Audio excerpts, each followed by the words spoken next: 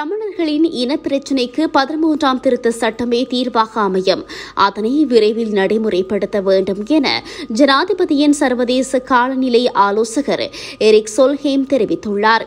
Vision கேயா, நம்பகமான பார்வை. எங்க பார்த்தாலும் இப்ப விஷன் கேயா. யாழ்ப்பாணம் அல்லைப்பேட்டை பகுதியில் அமைந்துள்ள கடலுணவு உற்பத்தி நிலையத்திற்கு நேற்றைய தினம் விஜயம் மேற்கொண்ட பின்னர் ஊடகங்களுக்கு கருத்து தெரிவிக்கும் போதே இவ்வாறு தெரிவித்தார்.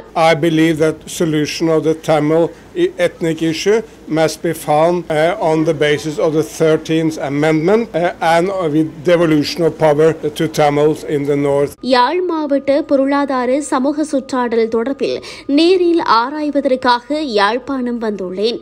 தமிழீழ விடுதலை புலிகளுக்கும் இலங்கை அரசாங்கத்திற்கும் இடையிலான சமாதான நடவடிக்கையில் ஒருவனாக செயற்பட்டவன் நான். இந்நிலையில் மீண்டும் யாழ்ப்பாணம் வந்துள்ளேன். இலங்கையில் இனப்பிரச்சினைக்கு தீர்வு காணப்பட்டு மக்கள் பிரச்சினைகள் தீர்க்கப்பட வேண்டுமாயின் சிங்களவர்கள், தமிழர்கள் மற்றும் முஸ்லிம்கள் என்ற வேறுபாடுகள் இன்றி அனைவரும் ஓரணியில் செயல்பட வேண்டும். இனப்பிரச்சினைக்கு தீர்வாக 13ஆம் திருத்த சட்டமே அடிப்படையாக அமையும். அதிகாரங்கள் பகிரப்பட வேண்டும். மாகாண சபைகள் ஊடாக அதிகாரங்கள் பகிரப்படும் போது பிரச்சினைகளுக்கு தீர்வு கிடைக்கும் என அவர் தெரிவித்தார்.